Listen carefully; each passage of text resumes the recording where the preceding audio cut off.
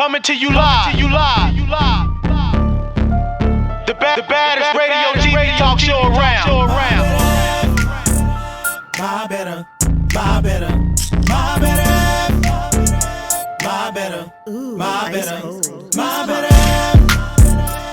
We got everything politics on the side. We got everything media TV news. We got everything politics on the side. My better. Follow my better. Introducing your host and co-host, Kevin Nicasiva. So yeah, I know when the camera come on.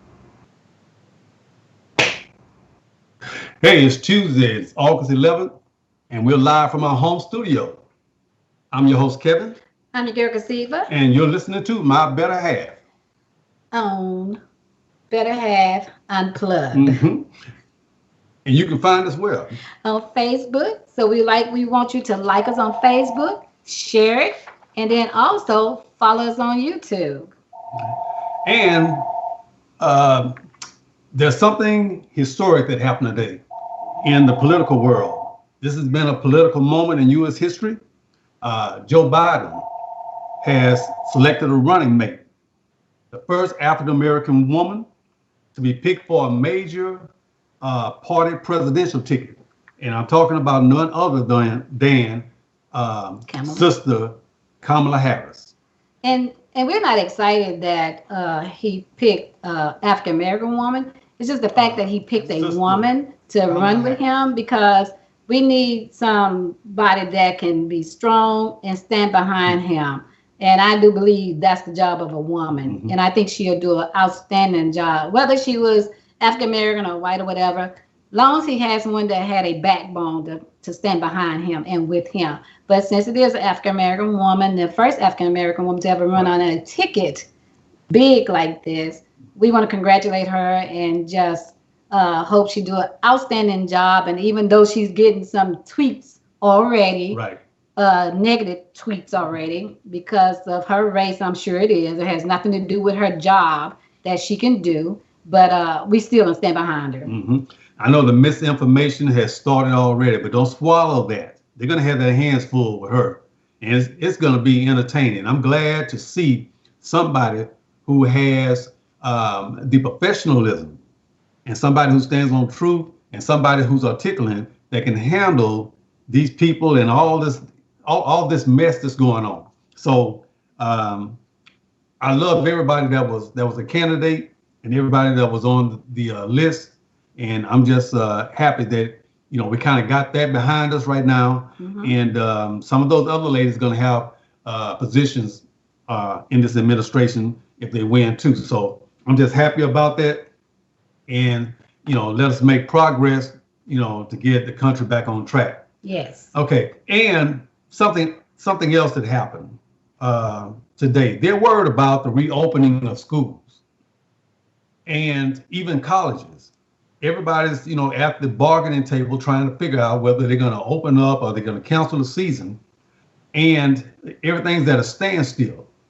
So we wanted to get someone who, I always say, appreciate what's inside, but they think outside the box. Mm-hmm. Because kids are at a standstill, and you just can't give kids a cookie and a remote control and let them sit there all day. Yeah. You need to get your kids up and moving. Right. Because some of their dreams are going down the drain because they may not have activities. Mm-hmm. They may not have sports in school. Mm-hmm. So you don't want your kid wasting away at home without any hope, any activities, any exercise, any physical fitness. A lot of kids need that. Yes. They're kind of out there, but they need it under structure now because there's a pandemic. Yes. So we wanted to present to you some options and present somebody who can give your child an option to stay physically fit, in tune. In a safe manner. Right. In tune, safe manner, and have your trust. Yes. In rebuilding him, redirecting him, and keeping his stamina up through this pandemic, because it may get worse as we go along. We're getting ready to go into the flu season. we're getting ready to go into the winter season, and kids are going to be bound in the house. Mm-hmm. But you want to give your child some routine, give him some goals. And so today we have none other than We're gonna introduce you with Coach Dedmon Johnson, but he's been coaching for 20 years, you guys. So this is not somebody that just started off the block and just not doing this year. He's been doing this for 20 years. So you guys, we know that he knows what he's doing. Mhm. So we're going to introduce Coach Dedmon Johnson of Dedmon for Fitness. Welcome, Coach. Hello, thank you for having me. How you doing? Good to have you. Good to have Good. you. Hey man, I saw some of your videos. I feel like running. Oh, come on, let's go. I can get you set up for sure. Yeah, you know, I would need some coaches to start because I can't run down the block now. No, he can't. He He trying to get that fat man Yeah. syndrome sitting on the I sofa. went ride on a bike with my wife. Of course, you know, she thinks I can't ride a bike, but I kept her behind me. But we hit a hill, and you know how that barrel get on your back when you come around the curve? Oh man, I could barely get back home. Crawl before you walk. You gotta crawl before you walk. So off we walk. You know, it's in my mind. I used to do it. Yeah. Yeah, I used to do it. So I have to retrain myself on that. But you know, we wanted you on the show. You know, somebody introduced us, and your program. You know, I looked at it because it's a program in real time, especially due to what is happening right now. And so we wanted to really give you the full hour to explain what you're doing in the community, because there are a lot of coaches. You know, everybody has a camp. But I think there's something special about yours. So I tell you what, before we get started, tell us a little bit about yourself. I grew up here in Dallas, Texas. Actually, rich the boy. I graduated from went to Berkner High School. Graduated in Austin from Westwood High School. Was born in Mississippi. Lived in Chicago until I was 4 years old with my grandmother. My family moved here from Mississippi because they didn't want me to grow up in the environment that I was in. You know, because they wanted to give me the opportunity to have a chance to succeed. And you know, that's what I feel everybody should have, that opportunity, and given the opportunity and a chance to succeed. So you're from Mississippi. Yes, I was born in Mississippi. I only stayed there for about 4 weeks, so I don't know anything about Mississippi. But you say your family from Mississippi, right? Uh-huh. What Yes, part of ma'am. Mississippi? I'm from Greenwood, Mississippi. It's about 50 miles south of Jackson, Mississippi. Oh, I know where it is. Don't worry, Okay. man, you didn't miss nothing. I'm from Mississippi too, but I know where Greenwood is. It's up there by Mississippi Valley State, up there by Yeah. Greenville. Yes, that is it. That's it. Yeah. Yeah, like I said, you didn't miss nothing. So, you know, after that, you know, what school did you attend? After I left, I went to Richland Junior College for a year. Started kind of going in and started realizing, oh man, I got a little more freedom than I did. I could skip this class today. I could skip this class tomorrow. And lo and behold, it started catching up on me my freshman year. So, you know, my choice was, after that first year of trying college, I went, man, I want to go another direction. I want to put myself in a situation that I can get help, because I grew up in a single family home, you know, until I was 15, and loved my stepdad. He married my mother when I was 16 or 17. So they've been married for 32 years, I think, something around there. So I gave myself a little military background, a little structure, because I kind of was going off on the wild side. And so I joined the Navy. Okay. So then you left the Navy and you came back here and decided to start your, is this not an organization, but a camp, a summer camp? Is this a summer camp, all year round camp, or what? Really what I do is coordination and agility training for beginning athletes. like I have here. He's more of an intermediate to beginner athlete, wants to become a quarterback, so just want to develop footwork, consistency behind movement, and then we can kind of go there. And I do have some older high school collegiate athletes where I go in and I work them tough. I build programs that are just going to go get them ready for college. Mm-hmm. So I take go all ahead. aspects. I do private lessons. Here's a soccer team that I play with. This is just a fun little game. It's tic-tac-toe. But these guys absolutely are having fun, and they're getting the work out of it that I want. Instead of me going over there going, rah, rah, rah, go fast, go full speed, I put them in a competitive game such as tic-tac-toe. What a childhood game. And these are high school boys, and they're getting ready for college, but you see the work that they put in for themselves. You know, and I have private lesson coach. Here's another kid. I've worked with this player for 3.5, almost 4 years now. And again, just developing skills and movement. Yet another high school team. So I got all skill levels that I work with. And of course, some of these videos, like the team videos, were shot before the COVID stuff. So these videos were shot before everybody had quarantine.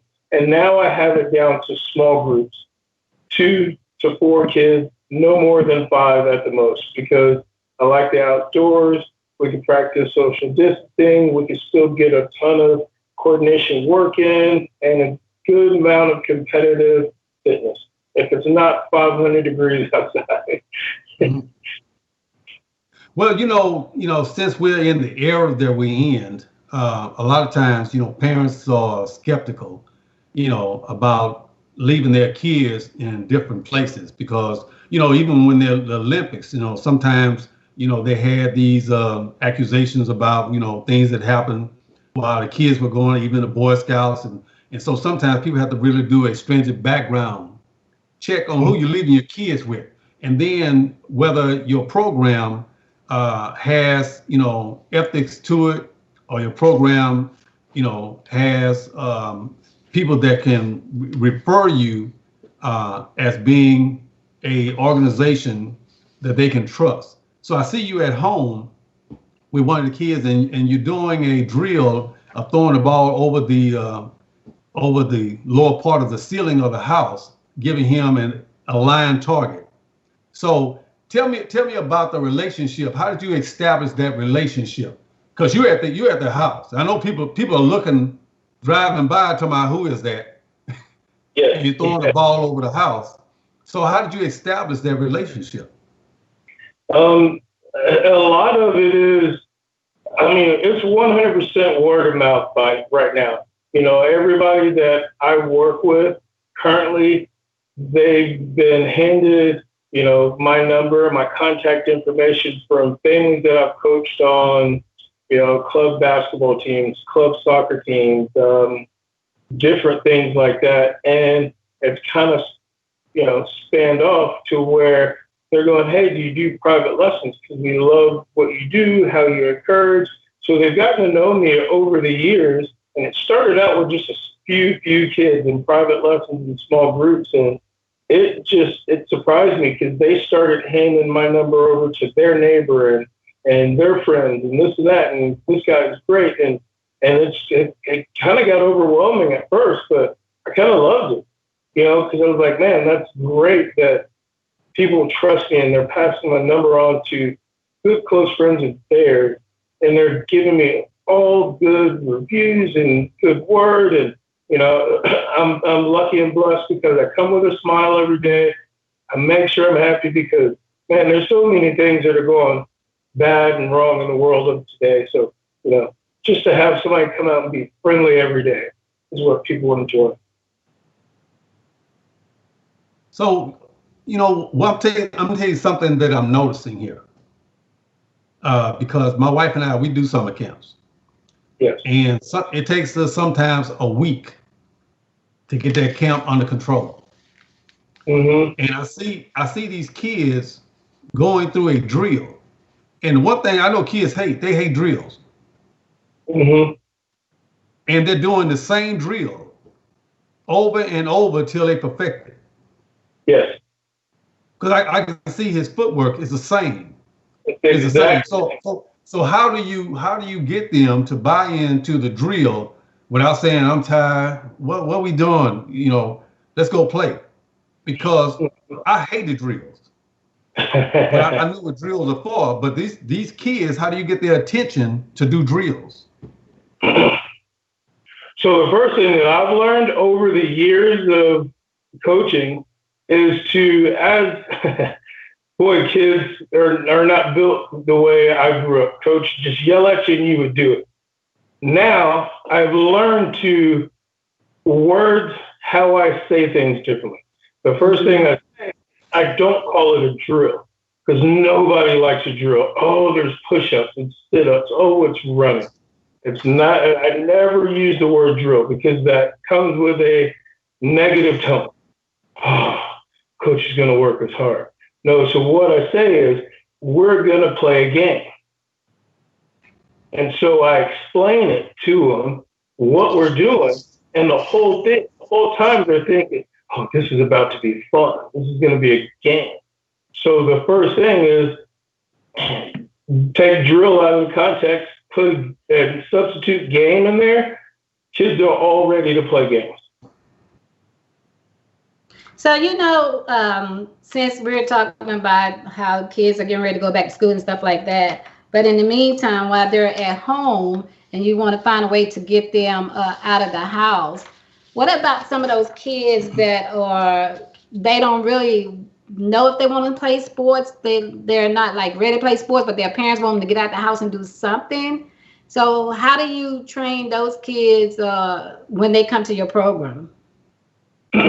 So kids that are still kind of on the fence about what they want to do, and I have, it's so funny, I have 2 clients that I just met last week.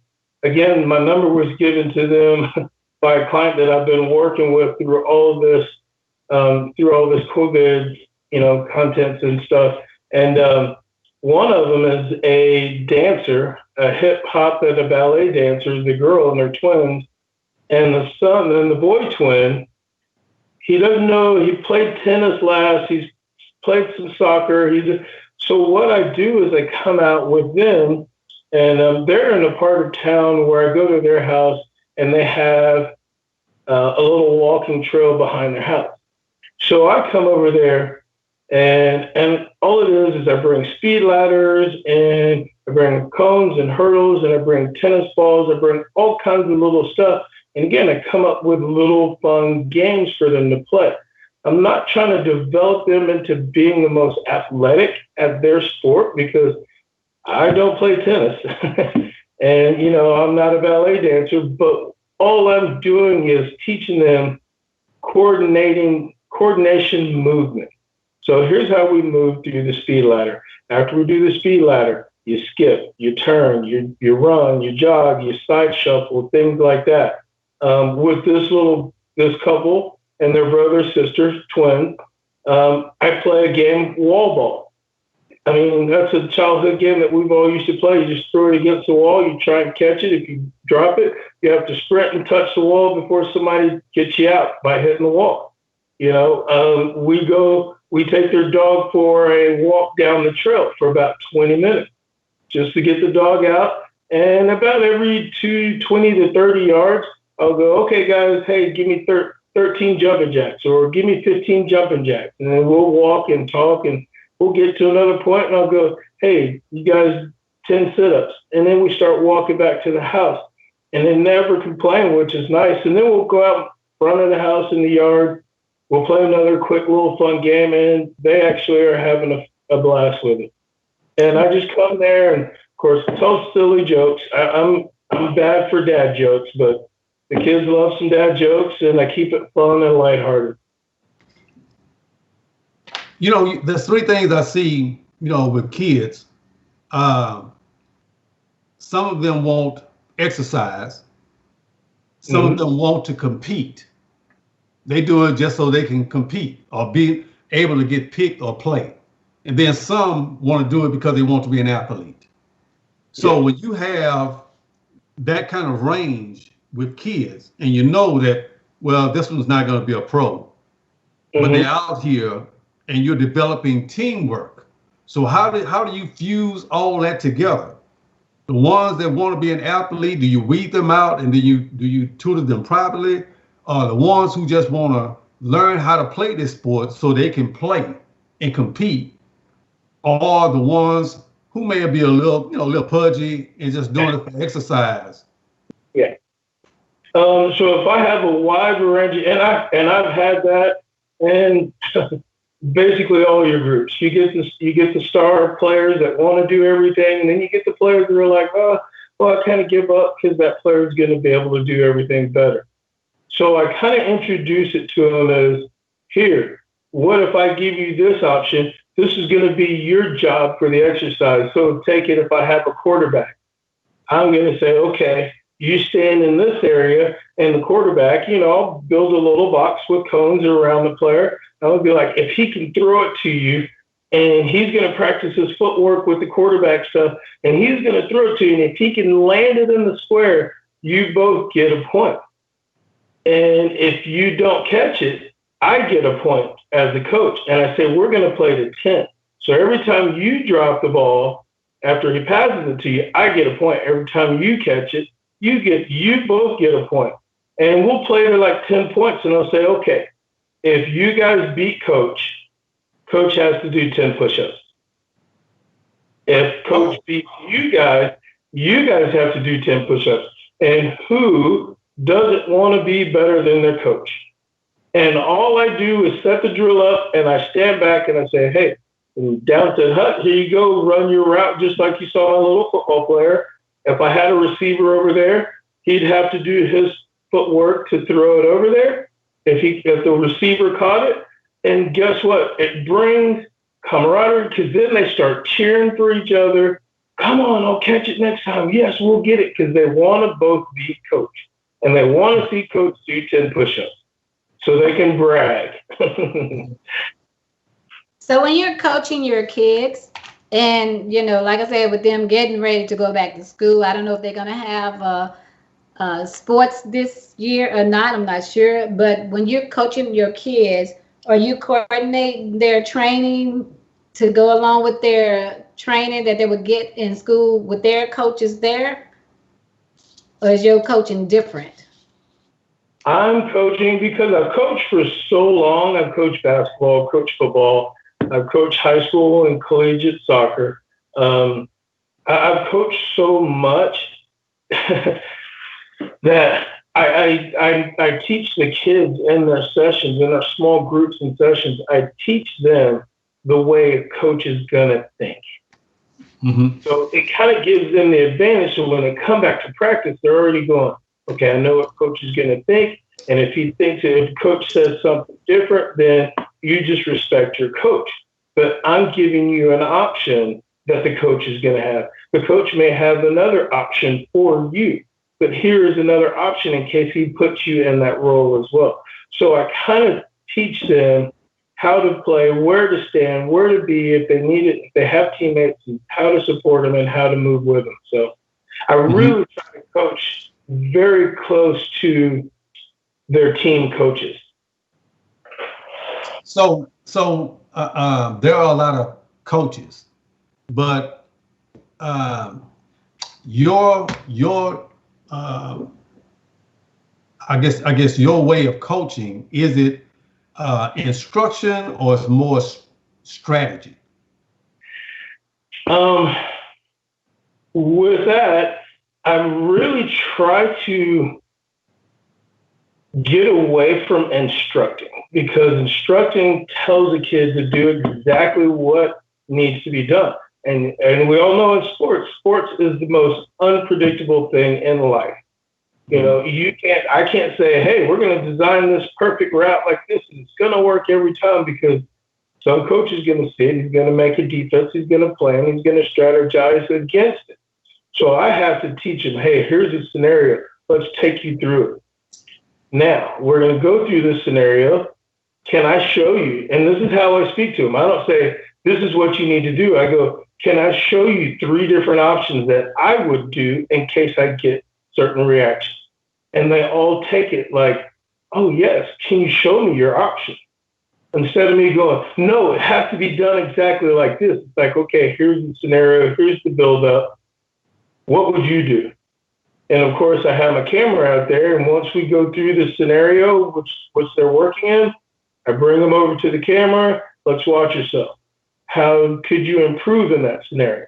So I teach not only by taking them through the exercise, but I really want them to think for themselves.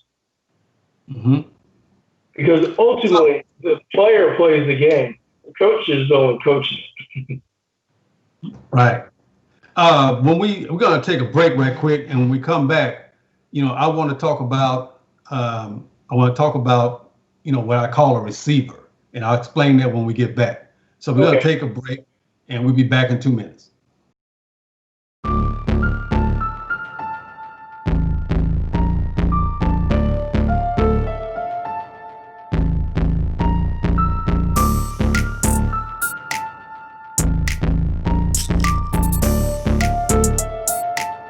Ooh, ice cold. Freeze pop.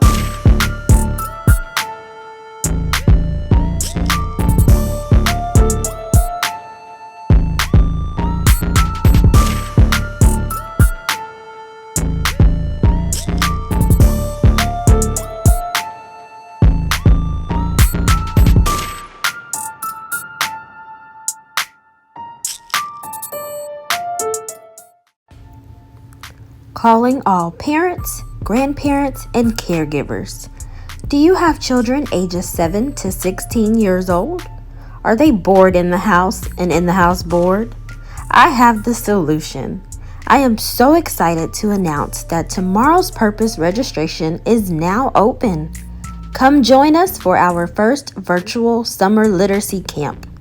Let us help foster the love of writing in your child. We will be offering your kids an opportunity to learn writing skills to create their own book, become an entrepreneur, learn how to create their own YouTube channel, as well as social emotional learning, healthy eating, and arts and crafts will be taught. The starting date was July 23rd, but there is still time to sign up. We meet every Thursday from 7 to 8 p.m. Central Standard Time, and the cost is only $20. For the registration form, go to Tomorrow's Purpose Facebook page or send an email to tomorrowspurpose@gmail.com or head over to the link tree, which is linktr.ee/ the letter B as in boy, the number 2, Carol, and click on the link for the virtual youth literacy camp. We look forward to your child participating in our program.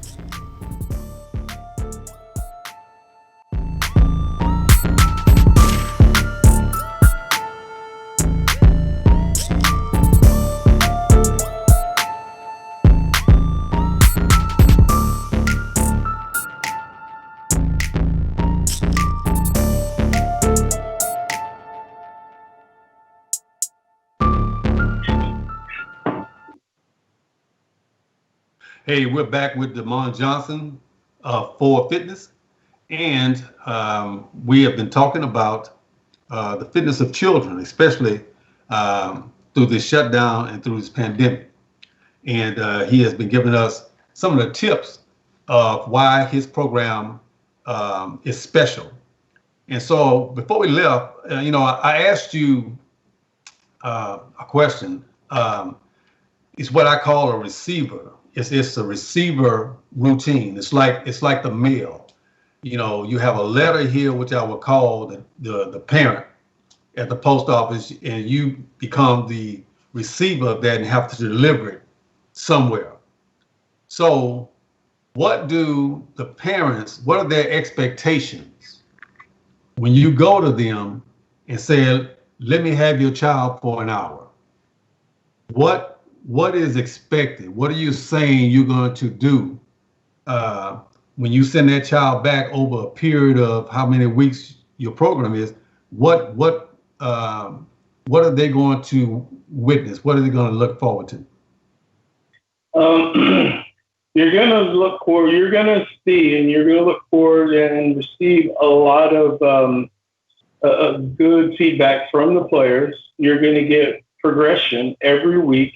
Whatever we're working on, the skill development, the athletics, the fitness, the strength and conditioning portion.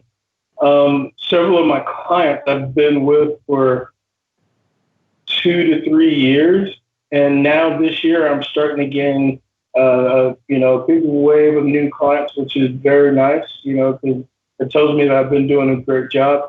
But something that I'm giving to the parents, they're not. It's funny because I get the chance to sit down and I really develop a family type friendship with the parent, and their expectations are we understand our son's ability. Like if he plays basketball, we just want him to have the best opportunity to develop because he does love basketball. But I have a lot of families that their sons are all-star traveling team baseball players. But they're caught up in it and they still love basketball and football and everything. So the parents just want to keep the knife sharp, basically. They want to just keep it sharp. So when baseball season ends, you're not going out really rusty. Because I have some A-team players and they're like, hey, we just want them to maintain and keep in shape and keep it moving, keep it going. I have some B-team players that their families are like, yeah, we understand he's not going to be an A-team player in basketball because baseball is his thing or golf is his thing. But we do want him to continue developing skills in these other areas. And plus, they love the fact of the coordination portion that comes behind all the work that I do with the players. Right. But I'm talking about it's that awkward visit. It's that awkward visit when you go and meet the parent and you see that they're having a problem with this child. They just want to get him out the house. Yeah. And you're offering, and then you receive this child. And it's like, because I know you probably coach Little League and there's parents out there that are in the stands, and you have a child that doesn't really, I ain't gonna say disrespect the parents, but the parent has to continually talk to him. There's no discipline about it. And then you have to take him out in the field, in the heat, and do these routines. I see what you just, and I do. I have those athletes that are stubborn. They're just bold. They're like, I'm just not going to do it. I'm just not going to do it. And I said, okay, here's the thing. We can wrap up today's session and we can come back. And matter of fact, as we wrap up today's session 30 minutes early, we're all going to go sit down and have your parents sit down, and we're all going to meet for this last 30 minutes about why we're stopping early. And so once I sit down and explain to the parents, and they're going, wait, coach, you got 30 minutes left. I'm like, yeah, we got a problem. And I just come in and I'm just that on it. Hey, we got a problem. Okay. I know you paid me for 8 to 10 sessions to come here, 2 months worth of sessions to work. And I know we're in the third session into it, but, I do want to explain that, I'm coming here to work, but I am still a coach and I'm just not going to deal with it. So if you guys won't deal with it, I will. And then we're not going to be best of friends, and he's going to get, the tough end of the bargain because I'm going to be tough, and then I'm going to come tell you every time while he's being tough, so we can work together to straighten it out. Right.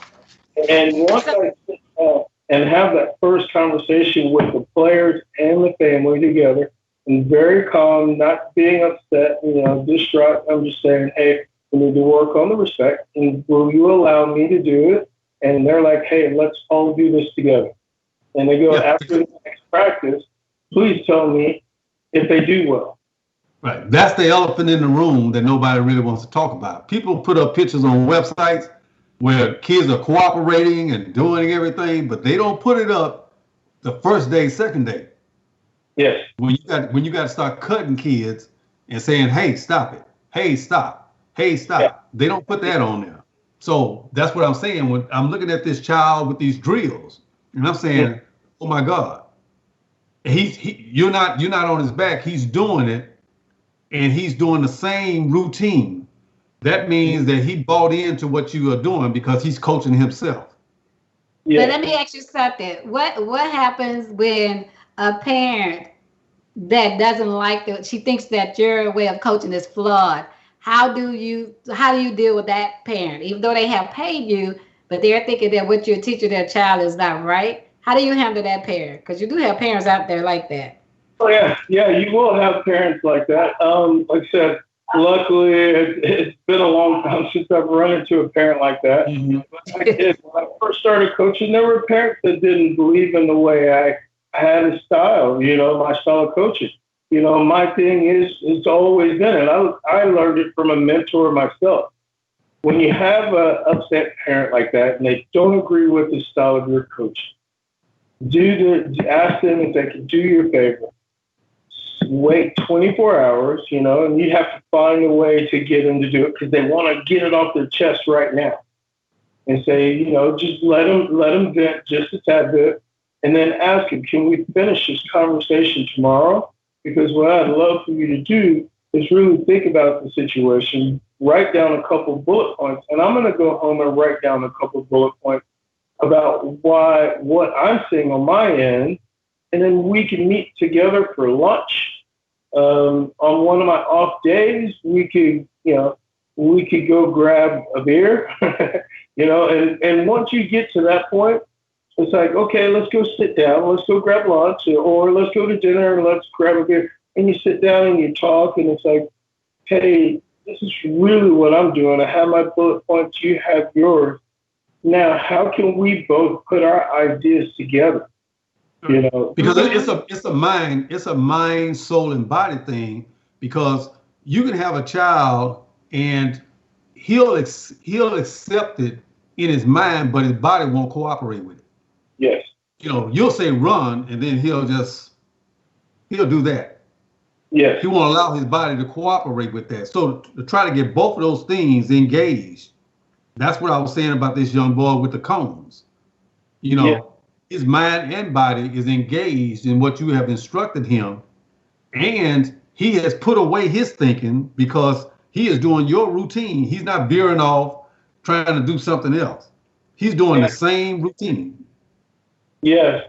But see, when I give these players a water break, and that's why I've really gotten away from coaching teams, is because I became that coach. I'm going to isolate that kid because I know he can't make a basket at the end of the game because I need to win. And I started thinking about it, man, that's gratifying me. Now I'm hurting this little player's ability to get better. And so I've gotten into small group training like this. And how did you do the basketball drill where everybody is passing it to the second man laying up? Yeah, the cut and movement. And that one, again, that was a high school basketball team. So they were ready to come in and they were ready to get work. And that was a couple of years ago in summer camp that I'd run, and they were an actual basketball team. So they came in ready to work, but I came in, and the way I ran the practices is I ran them. You came in, we did a team warm up, we got our joking and laughing out, and I would always set up a fun, silly little game to start practice. That's the end of the one, to get them all lighthearted and develop that passion for competitiveness for the hour. And so once we get into it, it's just like, man, they're just always into it. They're always into it. And I wish I could tell you the secret behind the way I do it. Kids kind of flock to me and they love the instruction. They love the attention because I make sure I give every single player the attention they deserve. So what do you think is your most difficult part of being a youth coach? What would you say is your most difficult part in being a youth coach, a youth sports coach? Is is building the camaraderie, because I have to. It takes a long time to build trust out of a young player. Yes. Today, as the COVID-19 is going on, because the only people they really trust right now are their parents, because they're with them every day. But just to develop the trust that I'm not going to show you ill will, I'm not going to treat you in a bad way, and secondly, I'm not going to ask you to do something that I'm not willing or I can't do myself. That's not fair.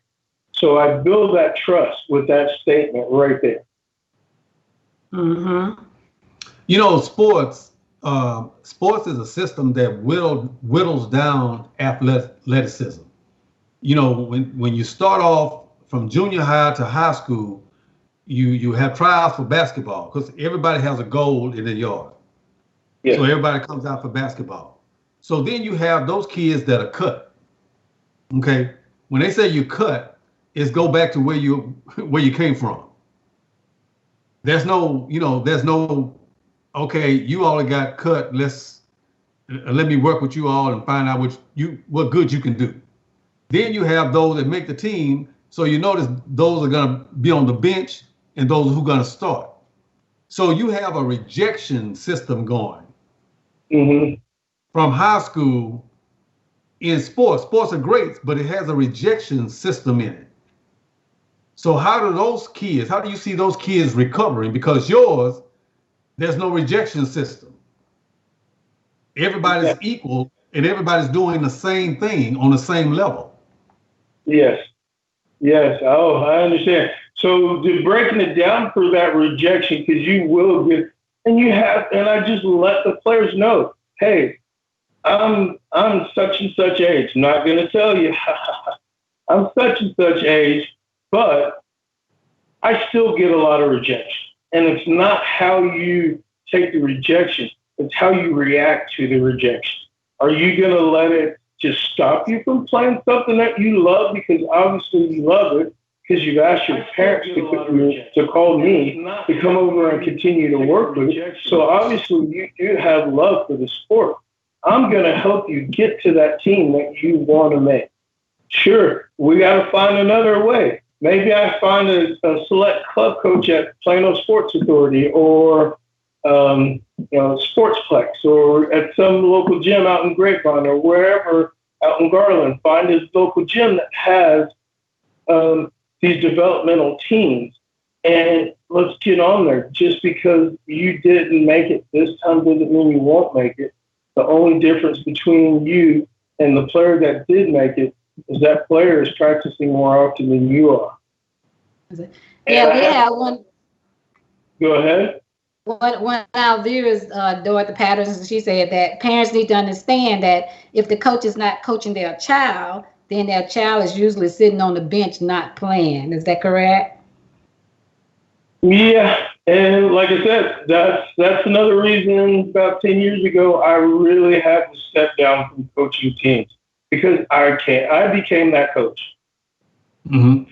Well, and I started thinking, man, I'm not developing them. And then when he goes to practice, I'm kind of using them as a practice body because I want to get to the championship. And like I said, that's not my personality. I'm not a selfish person, but I did become that selfish person. And I take that and say, and I explain it to all the players that I train. I'm like, hey, you know what? You're not there yet. Again, I get a lot of players that, I can't do this, coach. Okay, here's how we're going to learn. I never want to hear you say, I can't. What I want you to do is say, I'm not able to do that right now. So that word phrase, it's word play. You got to teach it, and it builds that confidence. And the kids go, I can't. It's like, I don't want you to say that. What are we supposed to say? Like, I'm not able to do it now. So let me ask you something. During this time, during the coronavirus, and the kids are out there exercising, do you think this is helping them build up their immune system or making it harder because they're out there sweating in that sun and they're running back and forth and they don't have on a mask? So how do you think this is affecting them? If you can elaborate on that. But during this pandemic, I think it actually does help them to get out and vigorously move. You don't always have to move at 100-mile-an-hour pace. As long as you're at a light to moderate movement, and a lot of it is this pandemic, they're saying that it attacks the lungs. So if you can always breathe in and out and increase the breathing rate, the heart rate, now you're breathing in and out faster, so you're always cleansing your lungs. Sure, you're always taking in bad particles, but you're getting those bad particles directly out of your body at the same time. Right. Yeah. Because I remember my son playing basketball, and like the coach that you was talking about that you were, okay, my son had a coach like that. And if they didn't perform before halftime, when they went into halftime, they came back out in their street clothes. He made them take off the uniform. Yeah. And they came back out and had to sit on the bench in front of everybody. And so one time he did my son like that, and he wanted to quit, but I couldn't let him quit. So I did what you did. I bought him some blinders. I bought him, some tossbacks, and I played basketball with him in the yard. But everybody doesn't have that, because sometimes that's devastating and embarrassing, to a child. You can't Bobby Knight every child. No, not at all. Yeah. You can't do that. Everybody's not made and wired that way. And they come back later on and said, I'm sorry, I was doing that to help you. Kids not wired like that. So what you're saying, is true, because these kids don't have that type of emotional stability for that. Because you're taking them from a household environment of dealing, with something one way, and then to the extreme this way. And you'll create a maniac in the middle, if he's not mentored right or not carried. That's what I'm talking about, delivering kids. So when those kids go back, you don't want them going back as damaged goods. Here's your son. He couldn't make it, so he didn't get a ribbon, and he need to try something else. Yes, I see what you're saying. Okay, so in that instance, I take that same player, again, just building confidence and talking to him every day, and things that I do on my off time. I'm like, hey, mom or dad, send me the schedule. And if I get a free moment this season, I'm going to just spring in and pop in a game. And I make a huge effort to go see them in the sport of their comfort level. So now when I come back and train, and they absolutely fall in love with Coach, thank you very much for coming to watch it. Really meant, and I have 8, 9-year-old players that it really meant a lot that you were there, and I loved it. And so I come back, and now I can instruct them, because now I'm going, oh, I saw what you were doing, and I'm going to help you correct it. And I say, here's what your coach is asking you to do. A lot of the families are going, well, why did you come out? You really didn't have to. I go, well, 2 reasons. I want to see how our athlete responds and reacts to the game situation, and responds and reacts to the coach. Secondly, I want to see how the coach is instructing the team and instructing individual players, and lastly, instructing our young athlete that I'm privately working with. So now I come back, and I'll sit in the stands with the parents, and they'll go, oh my God. They'll hear the coach going, oh, little Johnny or whatever, you should be doing this. You should be in the right place. And the parents will look at me and go, oh my God, there he is yelling again. And I say, well, to be honest, he is in the wrong spot. And if he's supposed to be over here, and I can just see it from sitting here. And it really calms the parents down, because the parents are like, oh, are you sure, coach? And I'm like, yeah, watch when he subs him out. He's going to put that player, another player that knows what he's doing, in the spot, and watch him score. And so the parents start watching the game differently. And then they go, okay, coach, we want to go from 2 times a week. We want to go 3 times a week, because it's a lot more than just working with the kid. show up, the parents, they really take that. First of all, they fall in love with the fact that I'm spending my free time when I could be golfing or doing something else, that I come to watch the game. They love that effort, number one. Secondly, that builds extra trust into them because I give them the advice that the coach is giving me, and they take it. You have to build up a stamina with a child. A stamina is a social stamina, and also he has to have a belief stamina because there's so many things, that will trip a child up. I always tell people, when you fall, don't look at where you fell, go back to where you trip. So with these kids, a lot of times you have to get them up and then find out where they trip.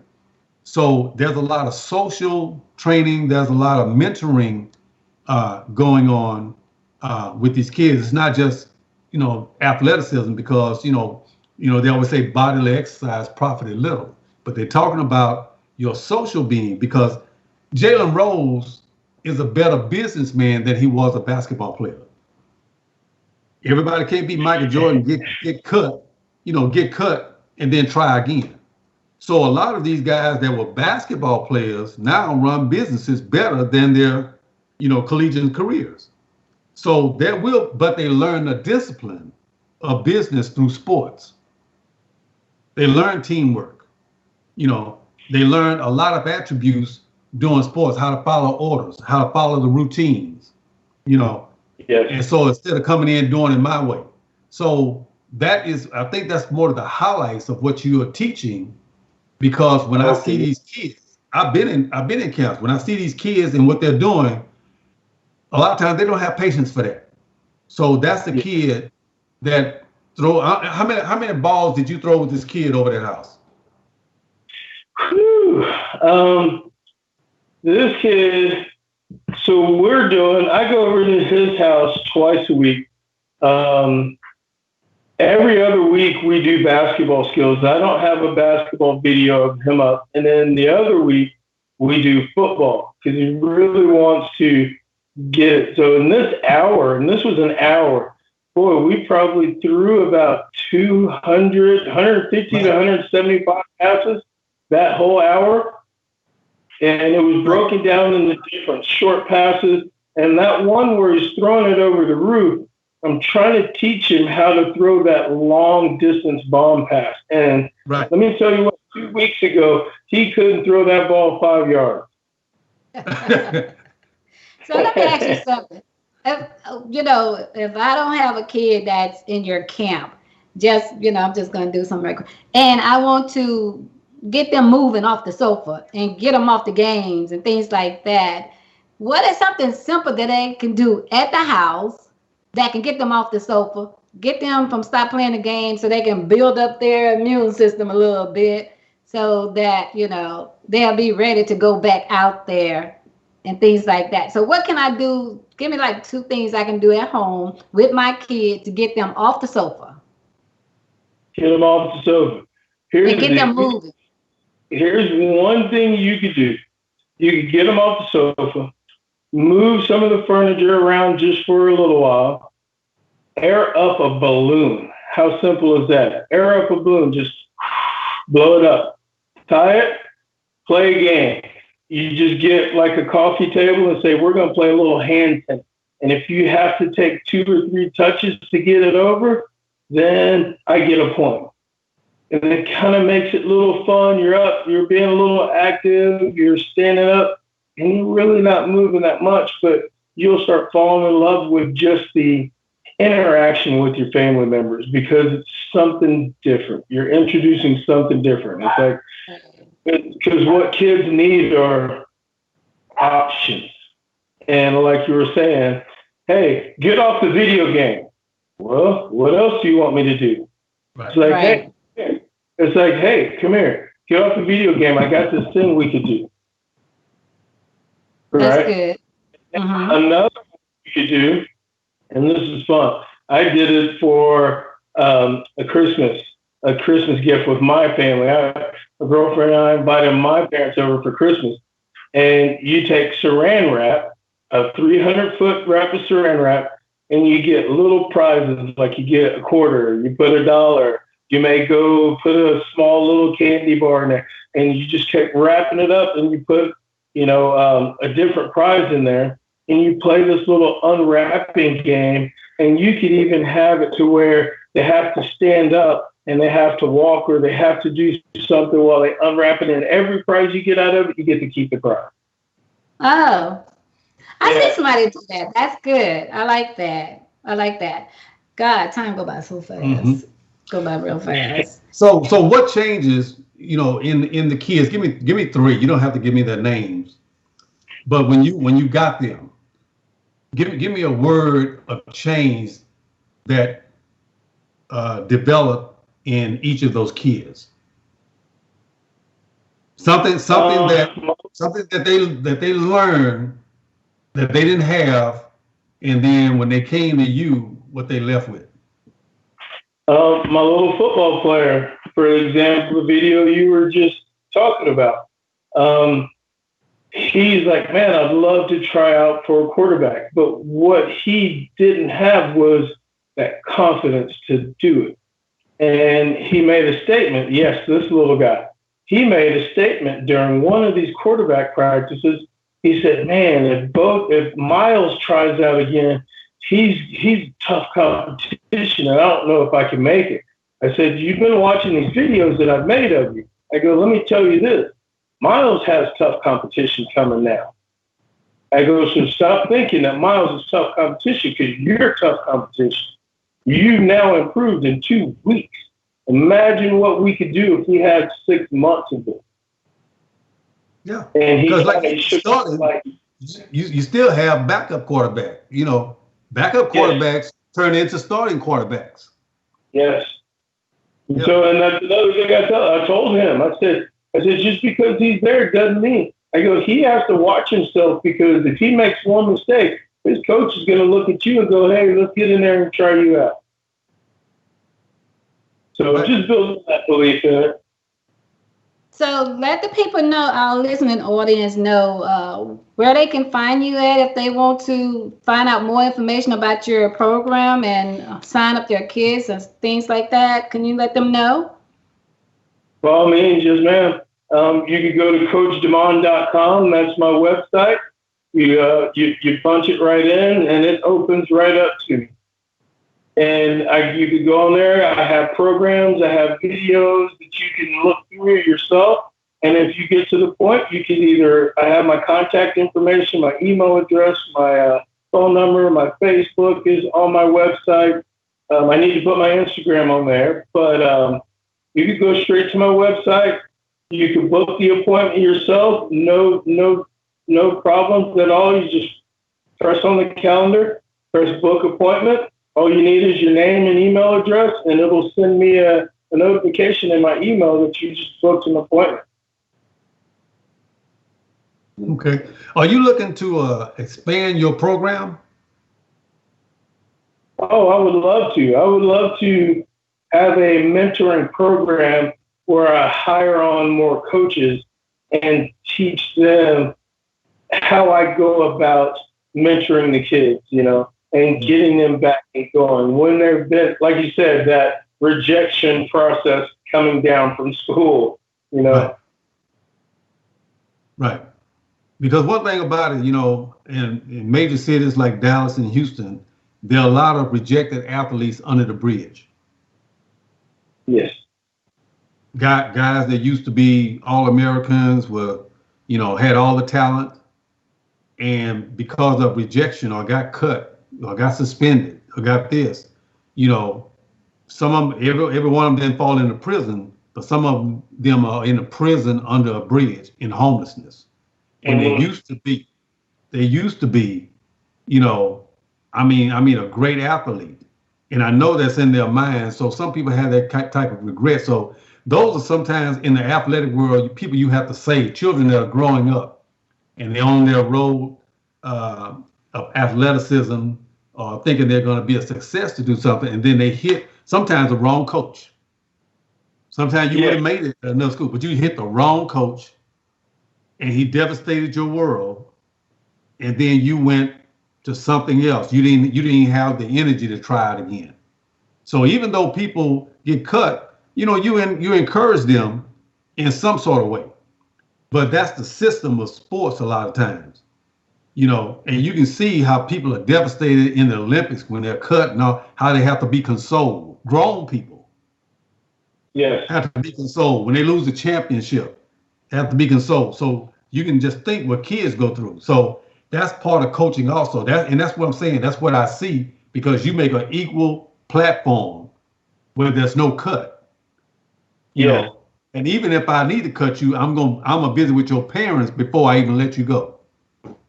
Yes. Or I'll let you go. That's right. Yes, sir. So that's great, man. But like I said, we're at the top of our hour, man. It's great having you. I really wanted to put this on our show because we don't know where the school year is going. Yes. And we don't know whether these kids are going to have a sports life this year. And that's devastating enough. And the other thing is they got to find out that there's somebody out there that cares, and everybody's not running away from the pandemic and leaving them, to fend for themselves as far as school too. And they coaching them in a safe environment, which is their own home. Right. So that's good too. Right. Yeah. It's like restaurants shut down, but they home deliver. So you do that. Hey, order a pizza. So order up Coach Demon. Yeah, order a piece of fitness. Coach Johnson coming to your home. Yeah. Yeah, that's good. Thank you very much for having me on today. Oh, most definitely. We appreciate you, and thank you for telling our kids a little bit about what they can do at home. The parents helping their kids get up off the sofa and things like that. So I hope your parents got something out of this, and that he's still out there working with your kids. All you gotta do is call him up, either email him at coachdemond. coachdemond@gmail.com. Yeah, no, it's coachdemond.com. Okay, so you guys can send something to him if you're looking for somebody to come to your house and coach your kid, to get them off the sofa. So thank you, Coach, again for coming on. And as we say, like us on Facebook and give us a subscribe to our channel on YouTube. And before we leave, everybody vote early. Yes, please. And next week we'll be talking to a teacher and a counselor, and we're going to talk about how it's going with the schools reopening, because that's something I want to know too. How's it going and how they're keeping safe as far as their kids and stuff like that. So join us next week. And thank you guys for joining us tonight. Thank you, Dorothy Patterson and Daphne and Bobby, Tierra, Deborah, Nelson, all you guys for joining in. Cynthia, thank you guys so much. Tori, love you guys. We'll see you later. Right, so everybody take care. Be safe.